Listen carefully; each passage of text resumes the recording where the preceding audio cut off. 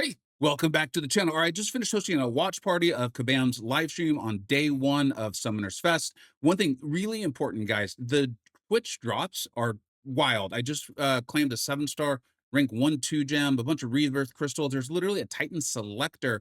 Now you're gonna have to watch a lot of the Twitch streams, but it looks like they were about to head over to the Battle Royale Brawl where they'll be competing in the BG tournament. Go check that out. Kabam has clearly put on a really nice show there. Big picture, I think they did a nice job of trying to like talk to an audience that was physically there and a larger audience, and they're hyped a lot of stuff coming up. Now, there's big things though in this stream. There's a couple of them, okay, and we're going to make this quick because there's just a couple there. Is one is this Coliseum. You can see that right there in the middle there, and then I want to move to the next slide. Here, you can kind of see what looks like a bit of a scoring system, easy, medium, hard, different days, those sorts of things, scoring. I want to just tell you the things that they said about it. No potions, no revives.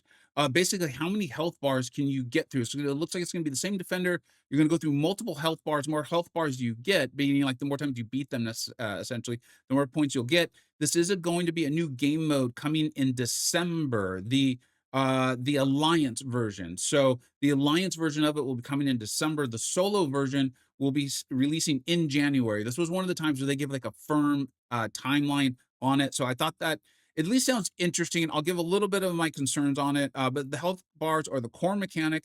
Opponents will get stronger and you can earn more points. So over time, the opponent gets stronger. These things make sense. Overall, that's sounding pretty fun to me.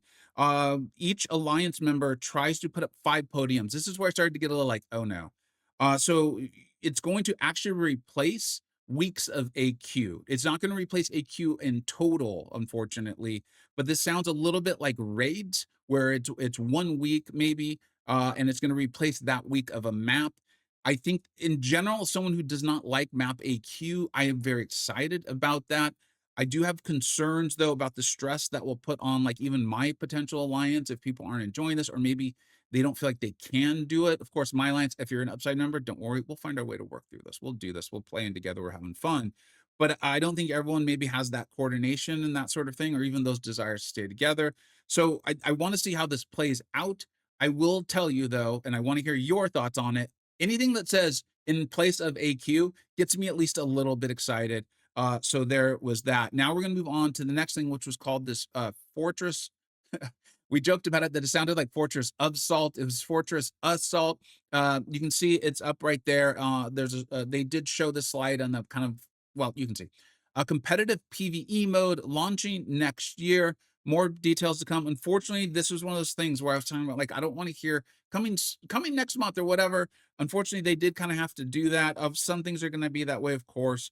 PvE competitive coming soon. PvE competitive, so player versus environment, not like our current battlegrounds, it's player versus player.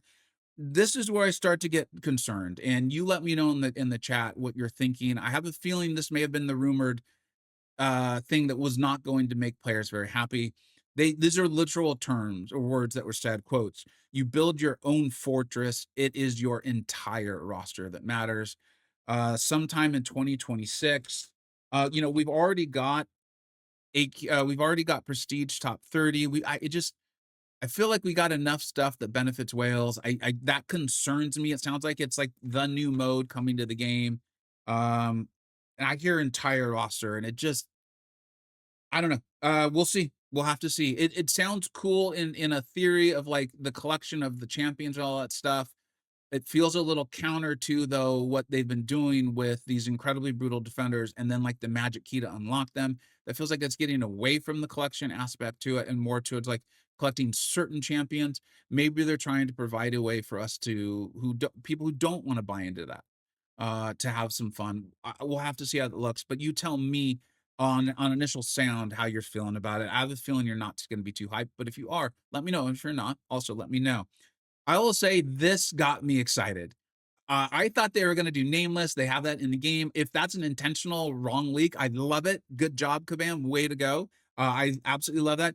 This is Stellar Forge, Star Lord, and Doom. There's going to be 4 champions. Dude, I'm sorry, that just looks cool. This is to me the like you make a game with all these cool looking champions. This is awesome. I think this is what Kabam does really well. I am hyped for this. Crashed was on and he said no money involved. You earn this through literally playing the game. You know, I love that. Yes, Doctor Doom. Kind of some of the things about these champions, they're going to be different classes, which is interesting. Star Lord's going to be skill. These will be different kits, so don't think that you're just getting like a reskin Star Lord or reskin Doom. Doom's going to be cosmic. Yes, that made a chill down my spine of like the next just brutal defender, but we'll see. We'll see. No money involved. Fractured power bars. Class shifted. There's 4 of them. Completely new kits. I'm reading my notes, so I'm sorry if I've repeated myself. And it sounds like the collecting of them will actually start on November 11th. We'll have to see like how and what that is. But they're moving forward. Oh, and this was also because Crash was on the stream. Let me know what you think about these Forge champions. I think it sounds pretty cool. I love, earned via playing the game, don't have to spend to get them. Earned doing content. We'll have to see what that content is, of course. They look cool as hell. This is stuff I've been talking about for years. Like, dude, you using the Marvel IP, Doom, Star Lord, Wolverine. Let's go, do it. That's not that we don't love these other champions too, but come on, so many people are come to this game after watching these movies, these characters, reading them in comic books. Do it for everyone, right? Give people places to enjoy playing Kushala. I'm like the one guy who knew she was before she came into the game, and then do something with Star Lord and Doom.